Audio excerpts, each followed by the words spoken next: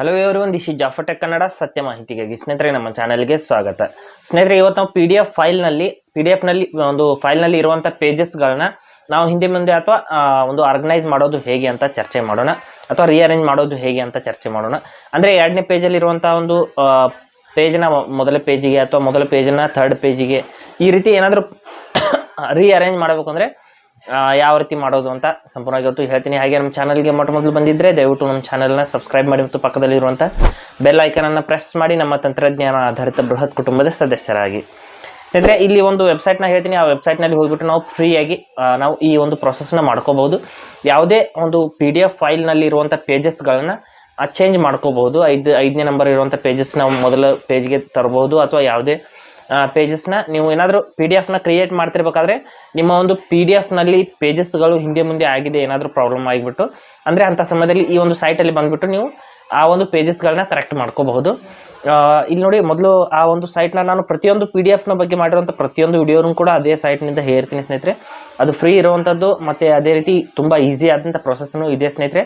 ಅದಕ್ಕಾಗಿ ನಾನು ಯಾವಾಗಲೂ PDF ಎಡಿಟ್ ಮಾಡ್ಬೇಕಂದ್ರೂ ಆಯಿತು, ಯಾವುದೇ ಒಂದು PDF ಯಾವುದೇ ಒಂದು ಟೂಲ್ಸ್ನ ಯೂಸ್ ಮಾಡಬೇಕಂದ್ರೂ ಅದೇ ಸೈಟ್ನಲ್ಲಿ ಹೋಗ್ಬಿಟ್ಟು ಯೂಸ್ ಮಾಡ್ತೀನಿ. ಅದಕ್ಕಾಗಿ ಆ ಒಂದು ಸೈಟ್ನ ಹೆಸರು ilovepdf.com ಅಂತ. ಇಲ್ಲಿ ಮೊದಲು ಕ್ರೋಮ್ ಬ್ರೌಸರ್ನ ಓಪನ್ ಮಾಡಿಬಿಟ್ಟು ಯಾವ ರೀತಿ ನಾವು ಆ ಸೈಟ್ಗೆ ವಿಸಿಟ್ ಮಾಡಿಬಿಟ್ಟು ಯಾವ ರೀತಿ ನಾವು ಅಲ್ಲಿ ನಮ್ಮ ಒಂದು PDF ರಿಅರೇಂಜ್ ಮಾಡ್ಕೋಬೋದು ಅಂತ ಹೇಳ್ತೀನಿ. ಇಲ್ಲಿ ಕ್ರೋಮ್ ಬ್ರೌಸರ್ನಲ್ಲಿ ಸರ್ಚ್ನಲ್ಲಿ ilovepdf ಅಂತ ಸರ್ಚ್ ಮಾಡ್ಕೊಳ್ಳಿ. ilovepdf ಅಂತ ಸರ್ಚ್ ಮಾಡಬೇಕು.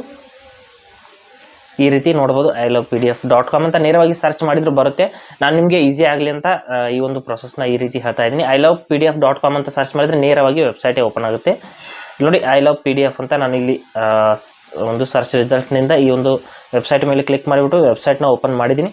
ಮಾಡಿಬಿಟ್ಟು ಇಲ್ಲಿ ನೋಡ್ಬೋದು, ಇಲ್ಲಿ ಕೆಳಗಡೆ ಬಂದುಬಿಟ್ಟು PDF ಒಂದು ಆರ್ಗನೈಸ್ PDF ಅಂತ ಒಂದು ಆಪ್ಷನ್ ಬರುತ್ತೆ.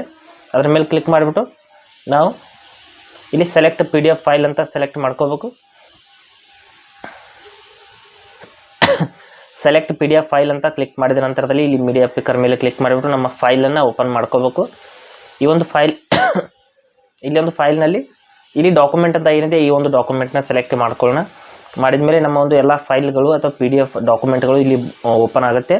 ಆದ ನಂತರದಲ್ಲಿ ಇಲ್ಲಿ ನಮ್ಮ PDF ಫೈಲ್ ನಮಗೆ ಸಿಗದೆ ಹೋದರೆ, ನಾವು ಒಂದು ರಿಅರೇಂಜ್ ಮಾಡ್ತಿರುವಂಥ PDF ಫೈಲ್ ಸಿಗದೆ ಹೋದರೆ ಏನು ಮಾಡ್ಬೇಕಂದ್ರೆ, ಇಲ್ಲಿ ನೋಡಿ ನಾನು ಬೇರೆ ಒಂದು ಫೈಲ್ನ ಸೆಲೆಕ್ಟ್ ಮಾಡಿದ್ದೀನಿ. ಇಲ್ಲಿ ಸಿಗದೆ ಹೋದರೆ ಮೇಲ್ಗಡೆ ಒಂದು ಸರ್ಚ್ ಇದೆ ಸ್ನೇಹಿತರೆ. ಆ ಸರ್ಚ್ನಲ್ಲಿ ಹೋಗ್ಬಿಟ್ಟು ಆ ಫೈಲ್ನ ಹೆಸರು ಏನಿದೆ ಆ ಹೆಸರನ್ನ ಸರ್ಚ್ ಮಾಡ್ಕೋಬೇಕಾಗತ್ತೆ. ಸರ್ಚ್ ಮಾಡಿದ ನಂತರದಲ್ಲಿ ಇಲ್ಲಿ ನೋಡಿ ಯೂಸರ್ ಮ್ಯಾನ್ಯುವಲ್ ಅಂತ ನಾನು ಸರ್ಚ್ ಮಾಡಿದ್ದೀನಿ. ಮಾಡಿದ ಮೇಲೆ ಈ ಒಂದು ಫೈಲ್ ಅನ್ನೋದು ಇಲ್ಲಿ ಓಪನ್ ಆಗಿ ಬಂದಿದೆ. ಅದ್ರ ಮೇಲೆ ಕ್ಲಿಕ್ ಮಾಡಿಬಿಟ್ಟು ನೋಡ್ಬೋದು. ಕ್ಲಿಕ್ ಮಾಡಿದ ತಕ್ಷಣದಲ್ಲಿ ಅದರಲ್ಲಿ ಆ ಒಂದು ಫೈಲಲ್ಲಿ ಇರುವಂಥ ಎಲ್ಲ ಪೇಜಸ್ಗಳು ಇಲ್ಲಿ ಓಪನ್ ಆಗುತ್ತೆ. ಮೊದಲ ಪೇಜು, ಸೆಕೆಂಡ್ ಪೇಜ್ ಎಲ್ಲವೂ ಕೂಡ ಇಲ್ಲಿ ಓಪನ್ ಆಗುತ್ತೆ. ಇಲ್ಲಿ ಏನು ಮಾಡ್ಬೇಕಂದ್ರೆ, ಇದು ಸ್ವಲ್ಪ ಲಾಂಗ್ ಪ್ರೆಸ್ ಮಾಡಿಬಿಟ್ಟು ನಾವಿಲ್ಲಿ ಯಾವುದೇ ಒಂದು ಪೇಜ್ನ ಮೊದಲ ಪೇಜ್ನ ಸೆಕೆಂಡ್ ಒನ್ಗೆ ಹಾಕ್ಬೋದು, ಸೆಕೆಂಡ್ ಒನ್ನನ್ನು ಥರ್ಡ್ ಒನ್ಗೆ ಹಾಕ್ಬೋದು, ಅಥವಾ ಇನ್ನು ಯಾವುದೇ ನಂಬರ್ಸ್ಗಳನ್ನ ಚೇಂಜ್ ಮಾಡ್ಕೋಬೋದು. ಇಲ್ಲಿ ನೋಡಿ, ಈ ಒಂದು ಪೇಜ್ನ ನಾನು ಕೆಳಗಡೆ ಮೂವ್ ಮಾಡಬೇಕು ಅಂದರೆ ಇದ್ರ ಮೇಲೆ ಈ ರೀತಿ ಸ್ವಲ್ಪ ಲಾಂಗ್ ಪ್ರೆಸ್ ಮಾಡಿ ಹಿಡಿದು ನಂತರದಲ್ಲಿ ಕೆಳಗಡೆ ಮೂವ್ ಮಾಡಬೇಕಾಗುತ್ತೆ. ನೋಡಿ, ಈ ರೀತಿ ಹಿಡಿದು ನೀವು ಕೆಳಗಡೆ ಮೂವ್ ಮಾಡಿದರೆ ಆ ಒಂದು ಪೇಜಸ್ ಅನ್ನೋದು ಕೆಳಗಡೆ ಬರುತ್ತೆ, ನೋಡ್ಬೋದು. ಮತ್ತು ಅದನ್ನು ಪ್ರೆಸ್ ಮಾಡಿಬಿಟ್ಟು ಮೇಲ್ಗಡೆ ತೊಗೊಂಬಂದರೆ ನೋಡ್ಬೋದು 2 ನಂಬರ್ ಪೇಜ್ ಮೇಲ್ಗಡೆ ಬಂದಿದೆ. ಈ ರೀತಿ ನೀವು ಮೇಲ್ಗಡೆ ಅಥವಾ 2, 3, 4 ಯಾವುದೇ ಒಂದು ಪೊಸಿಷನ್ನಲ್ಲಿ ಆ ಪೇಜ್ನ ತಗೊಂಡು ಹೋಗಿಬಿಟ್ಟು ಒಂದು ಫಿಕ್ಸ್ ಮಾಡಬಹುದು.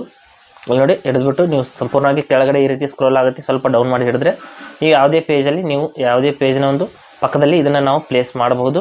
ಈ ರೀತಿ ಸಂಪೂರ್ಣವಾಗಿ ಪ್ಲೇಸ್ ಮಾಡಿದ ನಂತರದಲ್ಲಿ ಕೆಳಗಡೆ ಆರ್ಗನೈಸ್ ಅಂತ ಒಂದು ಆಪ್ಷನ್ ಇದೆ, ಅದರ ಮೇಲೆ ನಾವು ಕ್ಲಿಕ್ ಮಾಡ್ಕೋಬೇಕಾಗತ್ತೆ. ಇಲ್ಲಿ ನೋಡಿ, ಈ ರೀತಿ ನಿಮ್ಗೆ ಯಾವ ರೀತಿ ಬೇಕೋ ಆ ರೀತಿ ನೀವು PDF ಒಂದು ಸ್ಥಾನವನ್ನು ಬದಲಾವಣೆ ಮಾಡ್ಬೋದು. PDF ಪೇಜಸ್ನ ಸ್ಥಾನವನ್ನು ಬದಲಾವಣೆ ಮಾಡಿಬಿಟ್ಟು ಇಲ್ಲಿ ಕೆಳಗಡೆ ಆರ್ಗನೈಸ್ ಅಂತ ಒಂದು ಆಪ್ಷನ್ ಇದೆ ಸ್ನೇಹಿತರೆ. ಇಲ್ಲಿ ನೋಡಿ, ಪ್ರೆಸ್ ಮಾಡಿಬಿಟ್ಟು ನಾನು ಸಂಪೂರ್ಣ ಬೇರೆ ಬೇರೆ ಪೇಜ್ ನಂಬರ್ಸ್ಗಳನ್ನ ಬದಲಾವಣೆ ಮಾಡ್ತಾಯಿದ್ದೀನಿ. ನಂತರದಲ್ಲಿ ಆರ್ಗನೈಸ್ ಮೇಲೆ ನಾನು ಕ್ಲಿಕ್ ಮಾಡ್ಕೋತೀನಿ. ಕ್ಲಿಕ್ ಮಾಡಿದ ನಂತರದಲ್ಲಿ ಇಲ್ಲಿ ಡೌನ್ಲೋಡ್ ಫೈಲ್ ಅಂತ ಮರಳಿ ಕ್ಲಿಕ್ ಮಾಡ್ಕೋಬೇಕು. ಮರಳಿ ಆ ಒಂದು ಆರ್ಗನೈಸ್ ಆದಂಥ ಫೈಲ್ ಅನ್ನೋದು ಮರಳಿ ಡೌನ್ಲೋಡ್ ಆಗಿಬಿಟ್ಟು ನಮ್ಮ ಫೈಲಲ್ಲಿ ಬರುತ್ತೆ. ನೋಡಿ, ಈ ರೀತಿ ನಮ್ಮ ಒಂದು ಫೈಲ್ ಅನ್ನೋದು ಓಪನ್ ಆಗಿದೆ ಸ್ನೇಹಿತರೆ.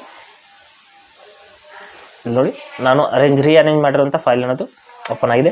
ಈ ರೀತಿ ನಾವು PDF ಫೈಲ್ನ ಪೇಜಸ್ಗಳನ್ನ ರಿಅರೇಂಜ್ ಮಾಡ್ಕೋಬಹುದು. ಹಾಗೆ ಸ್ನೇಹಿತರೆ, ಕೊಟ್ಟಿರೋ ಮಾಹಿತಿ ಸಂಪೂರ್ಣ ಮತ್ತು ನಿರೂಪಣೆ ಮಾಡಿದೆ ಶೈಲಿ ಉತ್ತಮ ಅಂತ ಅನಿಸಿದರೆ ವಿಡಿಯೋನ ಲೈಕ್ ಮಾಡಿ ಮತ್ತು ನಿಮ್ಮ ಸ್ನೇಹಿತರಿಗೂ ಕೂಡ ಶೇರ್ ಮಾಡಿ. ಹಾಗೆ ಅದ್ರ ಬಗ್ಗೆ ಸಮಸ್ಯೆಗಳು ಡೌಟ್ಗಳಿದ್ರೆ ಕಮೆಂಟಲ್ಲಿ ಅವಶ್ಯವಾಗಿ ತಿಳಿಸಿ. ಮುಂದಿನ ವಿಡಿಯೋದಲ್ಲಿ ಮತ್ತೊಂದು ಹೊಸ ವಿಷಯದೊಂದಿಗೆ ಇದೇ ರೀತಿ ನಿಮ್ಮ ಮುಂದೆ ಬರ್ತೀವಿ. ಎಲ್ಲರಿಗೂ ಟೇಕ್ ಕೇರ್.